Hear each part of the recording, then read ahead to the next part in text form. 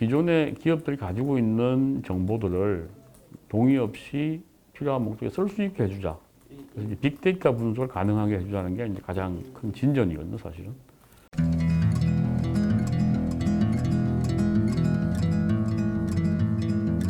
초기에 이제 뭐 우리 네트워크 구축하는 거 시작했잖아요. 그때도 뭐 전화선, 뭐 DSL, ADSL, 광 케이블 이렇게 오고, 그다음에 이제 이동통신도 이제 계속 발전해 왔고, 최근에 가장 큰 변화는 여전히 이제 포탈이나 이런 데이터 산업, 인터넷 쪽이 이제 전통적인 통신 서비스 산업을 능가하는 이제 매출도 그렇고, 해외 기업들이 또 이 전 세계 시장을 좌지우지하면서 국내 기업, 국내 시장에도 영향을 미치고 있는 부분은 상당히 큰 변화 같아요.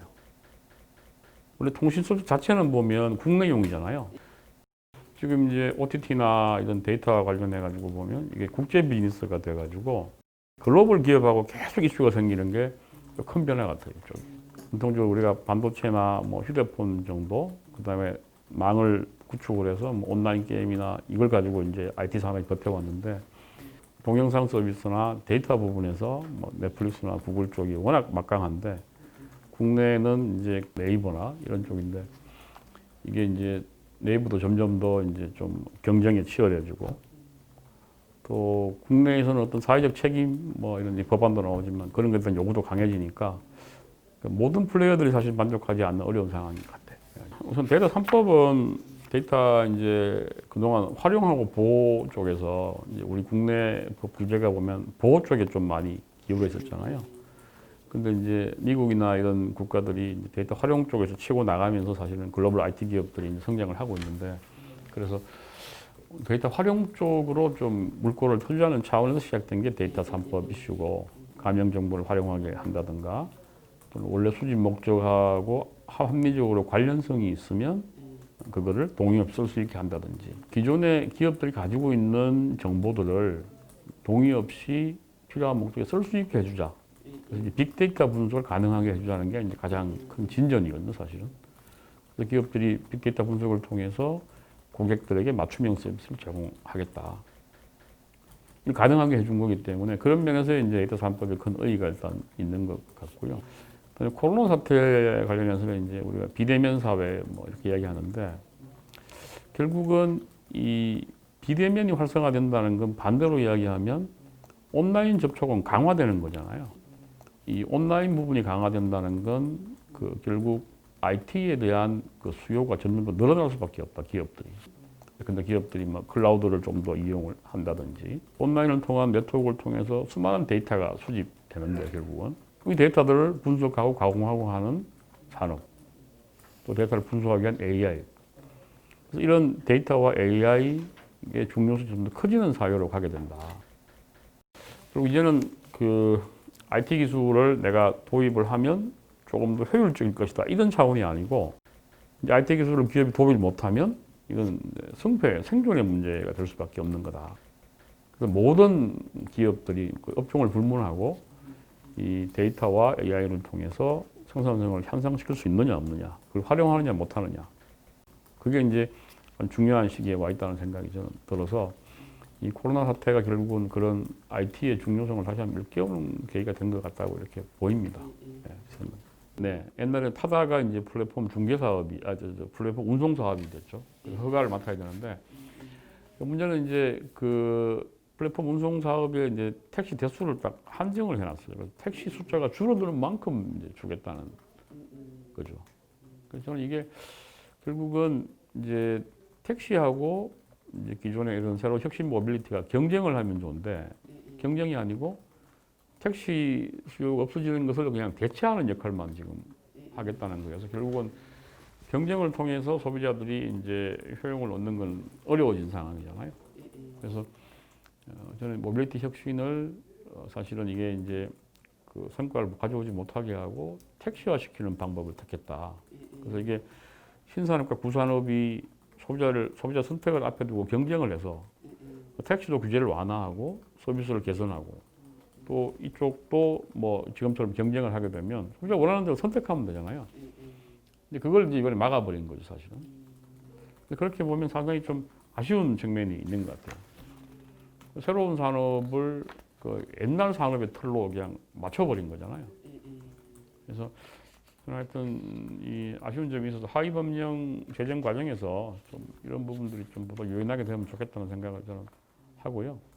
그래서 5G를 사실은 그 활용하는 서비스를 개발하고 이걸 수출하고 하는 거.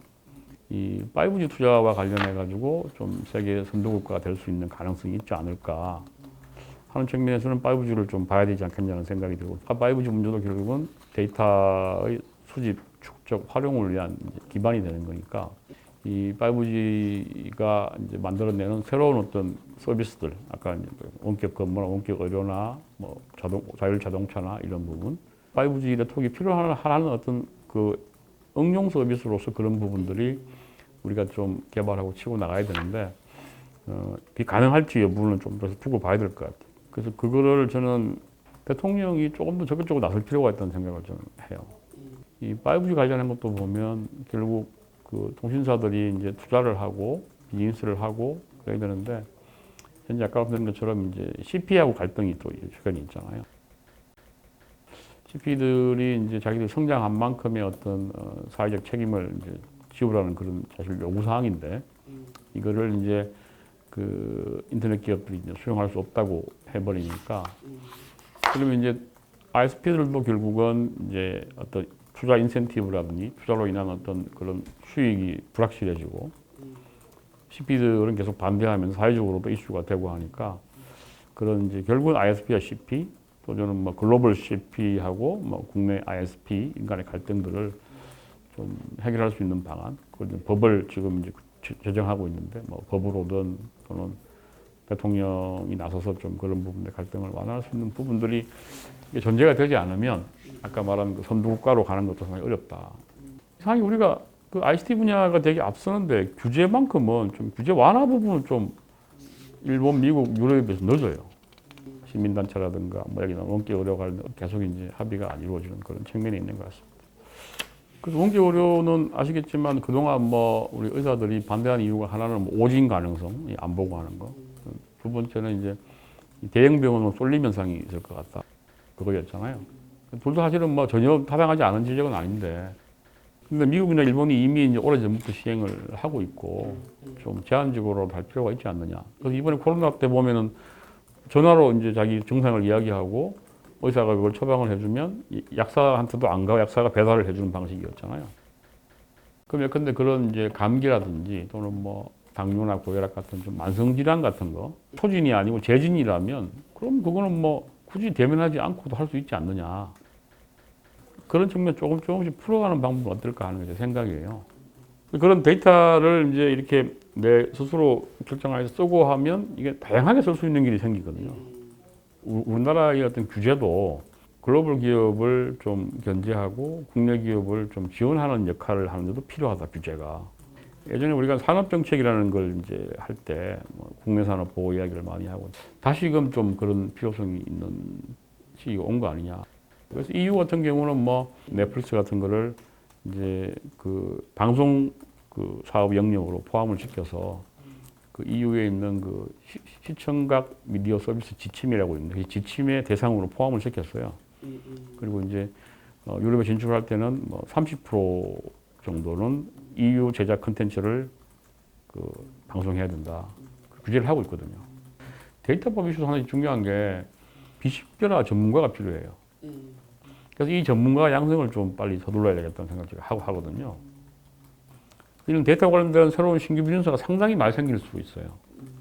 이런 부분들을 정부가 인력 양성이나 좀 새로운 기업들한테 열어줘서 그래서 이 데이터 분야에서 좀 새로운 비즈니스가 좀 많이 생겨서 일자리가 나오면 좋겠다. 이제 그 IT 기술이 이제는 그 어떤 인프라 기술은 아니다. 예, 코로나를 겪으면서 온라인이 이제 대세가 되고 이것이 일상이 되는 거잖아요. 그럼 온라인은 가장 중요한 결국 네트워크이고 네트워크를 통한 여러 가지 이제 소프트웨어적인 솔루션이 제일 중요한 IT하고 온라인이 이제 가장 중요한 우리 사회의 변화를 그 동인이 될 것 같다.